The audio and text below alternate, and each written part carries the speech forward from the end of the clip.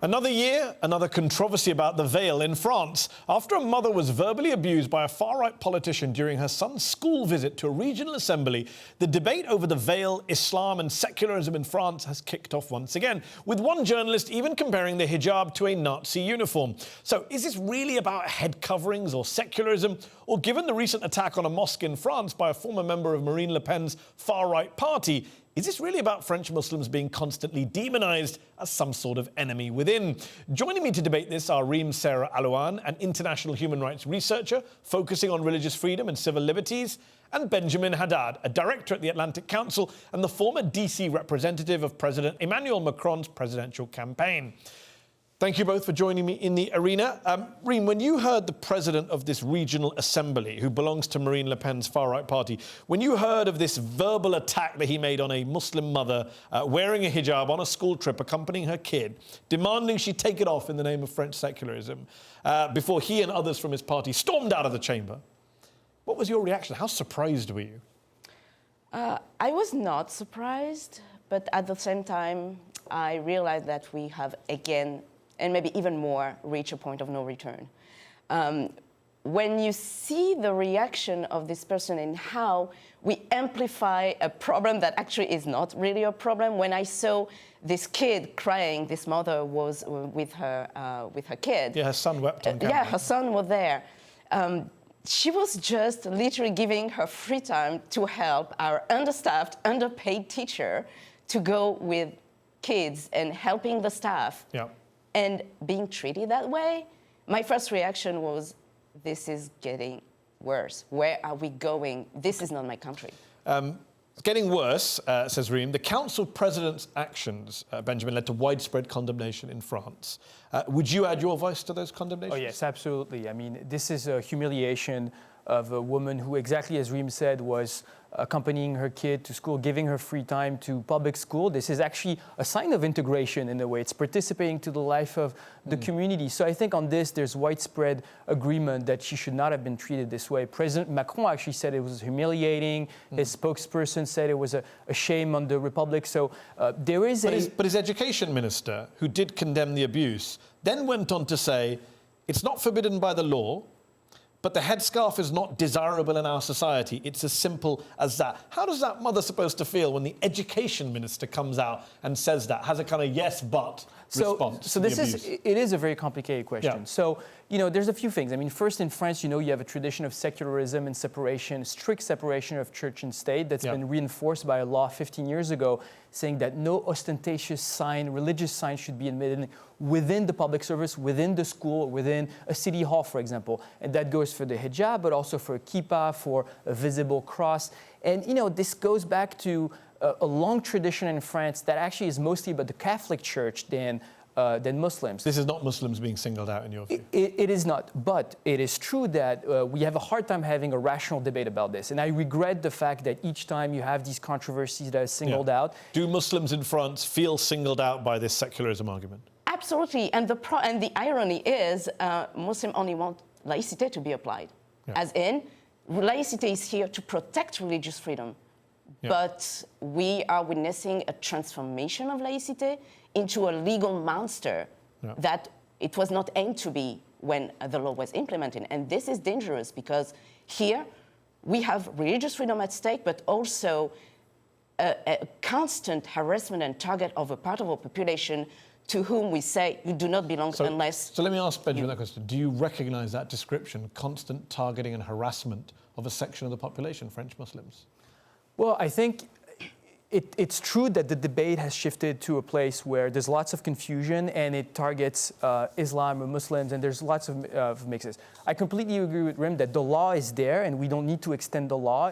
But there's a second question, which is on a personal basis, I would say on a philosophical basis, what the education minister said, what a lot of feminist leaders say, liberal leaders in France say, is that they don't see this as desirable. They think that in a society, this is seen as something that could be either a sign of patriarchal systems, a sign of extreme religious conservatism. Reem, would you accept that description? There are minorities in every religious community who are, whatever you want to call it, ultra-conservative, reactionary, regressive, who liberals have a trouble dealing with. My first question would be, who decide what is desirable or not.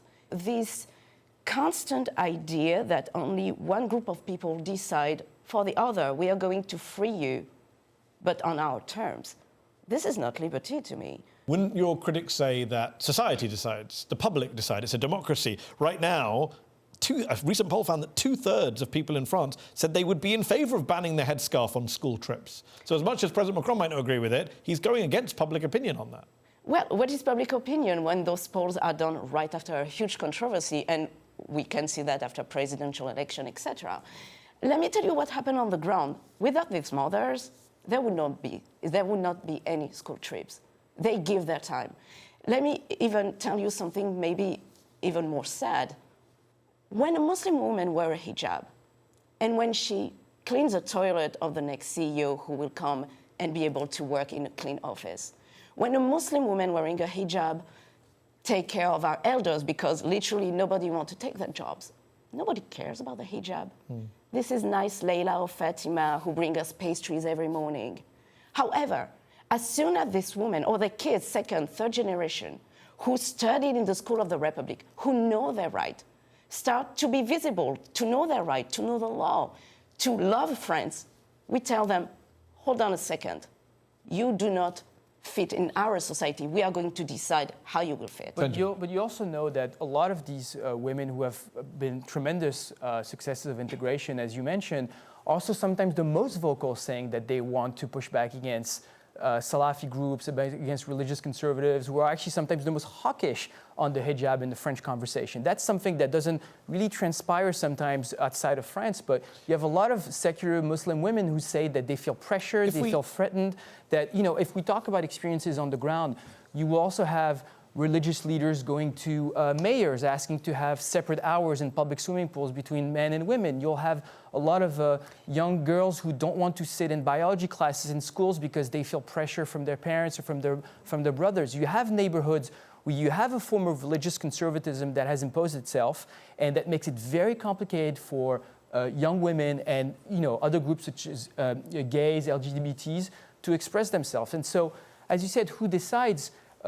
Once again, I do think that the law we have right now is correct, but I think it's also acceptable for people, feminists, or the education minister, people in the political debate, to say you have a right to do this, but we also have a right to say that there are certain behaviors that we consider to not be a good sign of integration. As an outsider, you're both French, I'm not. When I look at the French debate, I think, okay, you can have interesting debates about feminism, hijab. They're happening all over the world, perhaps more intensely in France than other places. But big picture, just the other day, a guy was stopped from entering a mosque where he planned to massacre a group of Muslims. Hate crimes are on the rise across Western Europe. When that's the context you're operating in, is it really the level of attention and coverage and political debate given to an article of clothing worn by women in a minority community? Really, should that really be the top story, or should the top story really be the racism, the far right, the possible violence that's coming from that direction? I just think there's a disproportion. Would you at least acknowledge that? First, you know, on that attack, which is horrible, we should be able to condemn it. We should be able to be extremely forceful against religion and against religious-based hate attacks and violent attacks, but at the same time, have a conversation about integration, about, you know, all of these things that make. No, I get that. You're saying we should be able to have a responsible, calm discussion about these important issues and be able to condemn. I'm saying that's not really happening in France, or do you think that's actually happening? Have you achieved it in France? I will tell you something though. In 2015, 2016, we had a string of terrorist attacks, like no other country in the West. And at the end, we elected a moderate, someone who actually has an inclusive and universal message on this, with 7-8% of the population that is Muslim. In the United States, is that a fair point? Like, you know, in the United States, you have less than 1% Muslim. You have someone who's been elected president who wants to ban them from the U.S. territory. There's a lot of progress to be made. I mean, but I still don't think we should be. Benjamin, if your argument is we're better than Trump, it's not going to go that far. But let me ask you this: Sadiq Khan, Muslim mayor of London. Could that happen in Paris anytime soon? Do you see a Muslim mayor of Paris? Of course. Of course it could happen. We've had ministers of justice, we have key politicians. And what do you think about a practicing Muslim mayor of Paris? I want to believe absolutely, and I will agree with you with that, but it will get worse before it gets better. So I think it will happen. I honestly think. But when you say get worse before, what do you mean by worse? Oh, because elections are coming. we need to distract from actually the problem that are affecting France right now, which are social and economics problem. We have been having like protests and strike for a year now, I think, in November. And every time we have a social crisis, we also have a hijab crisis. So at some point, I think France will need to rethink what it means to be French today. And France will have two choices: to accept the fact that today it's a diverse country, open to the world, connected to the world, and integrate that into society, or be backward, keep putting aside its people, and this will play against our country. On that note, Reem, Benjamin, we'll have to leave it there. Thank you both for joining me on the show and coming on The Arena. That's our show. Up Front will be back next week.